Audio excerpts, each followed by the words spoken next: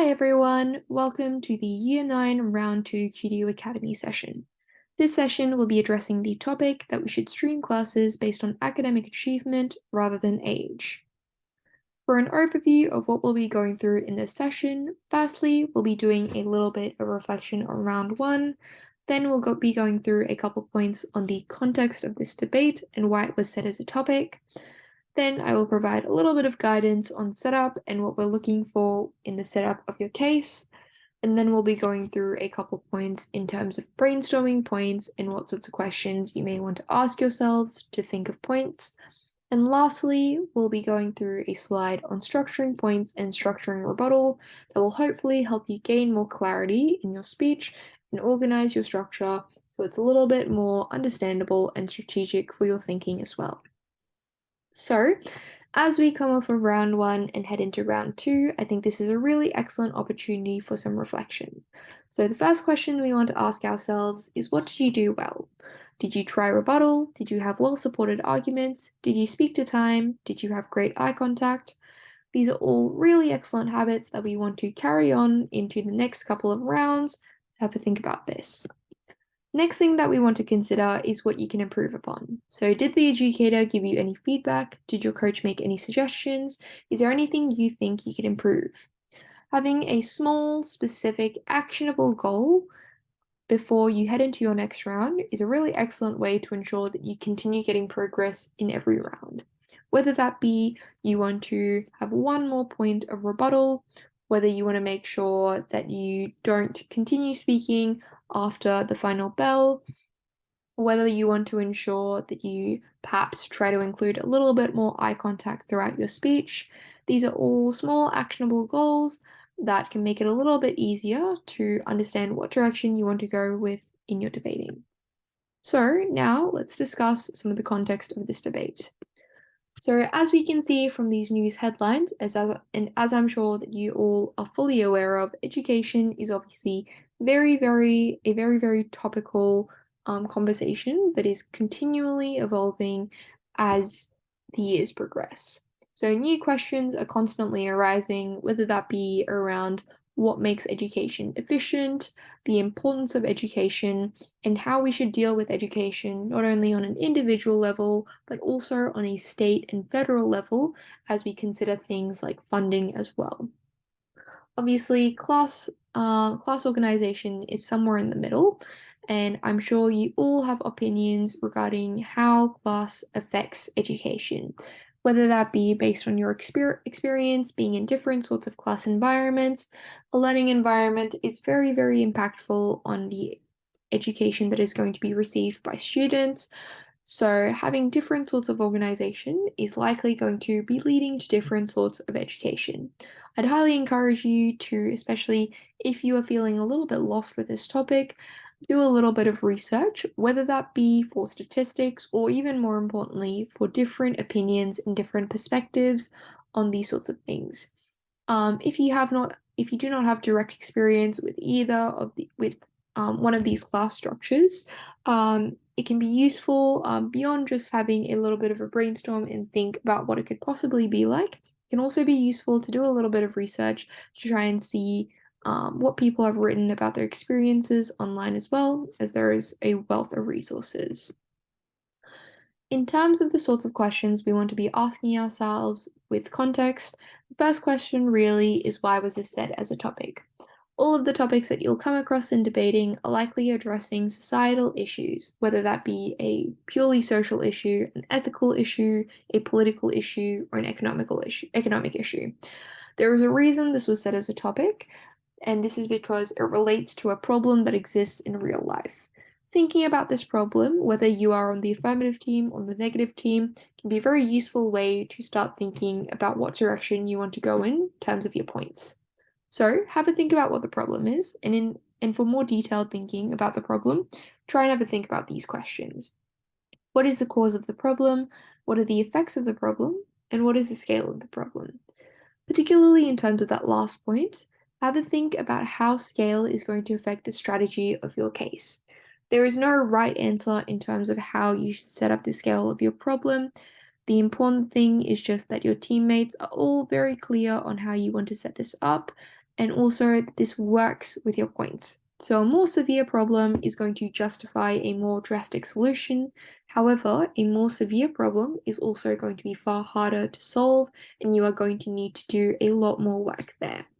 So have a think about what you want to do, and I think perhaps one of the easier ways to sort this out is to just think about realistically how severe a problem you think it is, and run with that sort of characterization. So now let's take a little bit of a look at setup. So in terms of approaching setup, the first question you want to ask yourself is what type of debate is this? The type of debate this is going to determine what sorts of setup are required from the affirmative team and the negative team. So first thing you should be thinking about, is this a policy debate or is this an empirical debate? A policy debate is a debate where a change is being made or a certain policy is being implemented. This is typically a debate where the topic includes the word should. So we should do X, Y, Z. On the other hand, an empirical debate is a debate regarding whether something is objectively true or not. So what we require in an empirical debate is going to be things like criteria instead of the usual model or countermodel that you see in a policy debate. So based on the fact that this debate is where you are making a change in class structure in schools, we can confidently conclude that this is a policy debate. Then we want to consider what setup this requires that might be different from the affirmative team or the negative team. We are looking for a model from the affirmative team, and a negative team may choose to have a countermodel if they want. Next thing we want to have, that we want in all topics, is a definition. So in terms of definitions, the first thing we want to understand is what are the key words that actually need to be defined. The main things here that you might identify is we, stream, classes, and also academic achievement over age. You can choose to categorize these however you want. Obviously, this is quite a wordy topic, so you might not want to do 4 definitions, but perhaps you want to do 3, and you might say we, and then stream classes, and then academic achievement, or age, or whatever you choose to do. The main thing that we are just trying to do is the adjudicator is not looking for dictionary definitions. What they are looking for is clarifying any terms that might be a little bit vague within the context of the debate.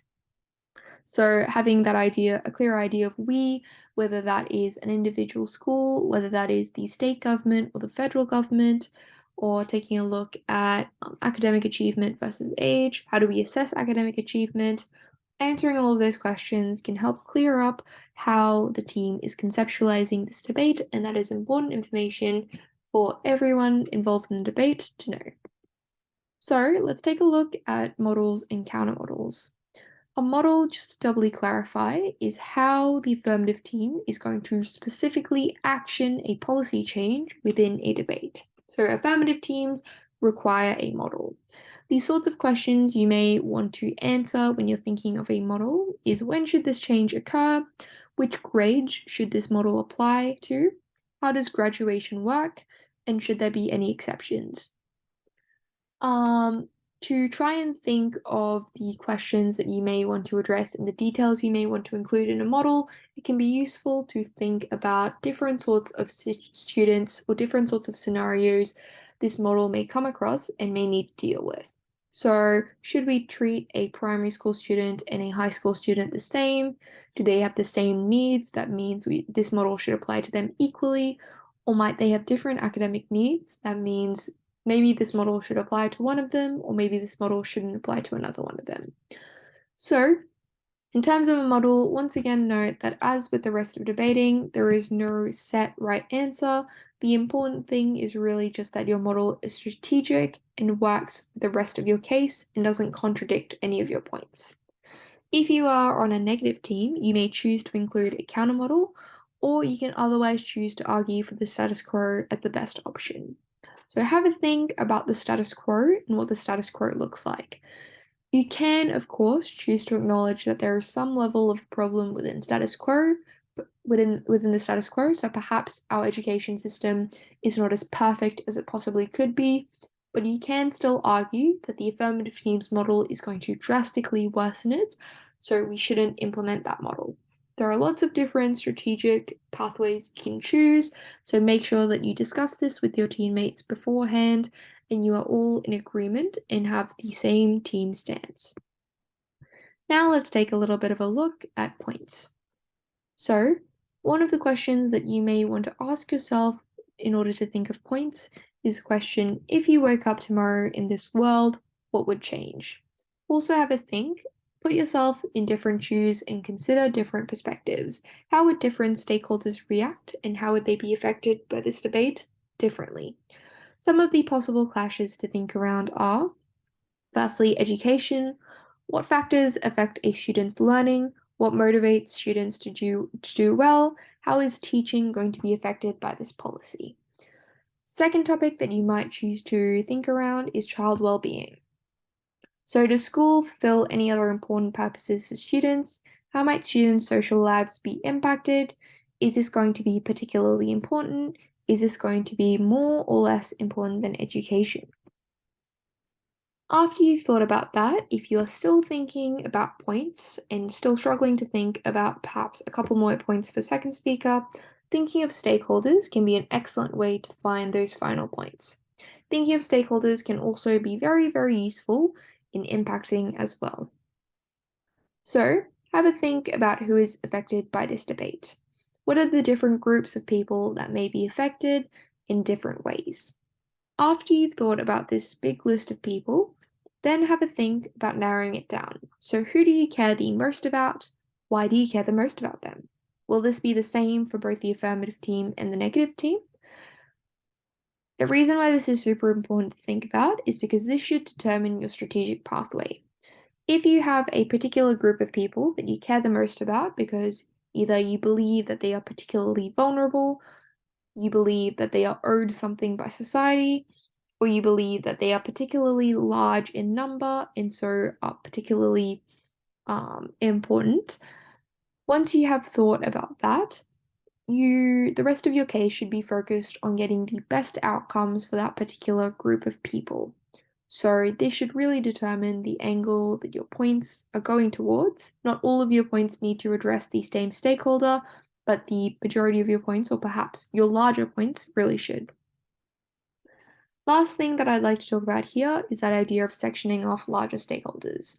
Obviously, perhaps our largest stakeholder within this debate is going to be students. Students are in schools. The main purpose of education is to benefit students, so obviously they are quite an important and also quite a large stakeholder. Have a think then about whether all students are the same. Who might be benefited by this policy and who might be disadvantaged?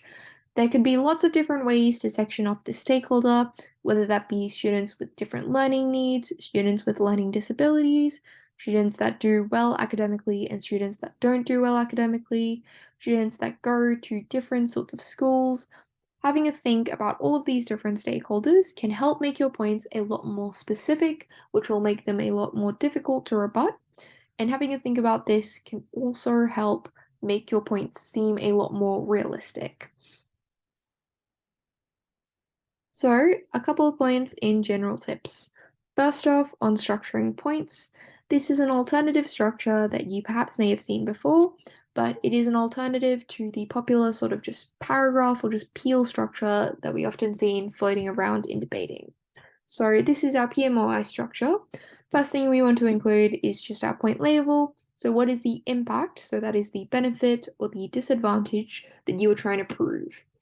Next thing is our problem. So really flesh out what is the problem you are trying to solve. Is this a really severe problem? What is the cause of this problem? Then you want to outline your mechanism. How are you going to make this change? What is the change that you're making within the world that is going to get that outcome? Then we want to go through our outcome. So what is the advantage or disadvantage that results from the mechanism? Is this a particularly large or particularly small advantage or disadvantage?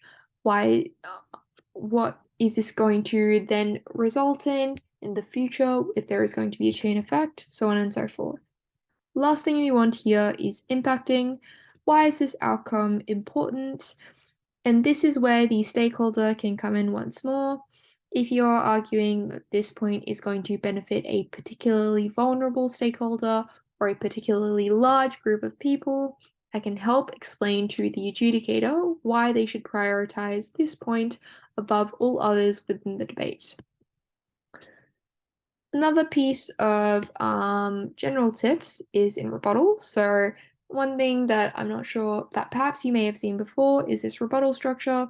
I think this is very useful in getting you to address the main points, so getting a direct conflict and directly rebutting what the opposition is saying, but also making sure that your rebuttal is very clear and well signposted, and very understandable for everyone within the debate.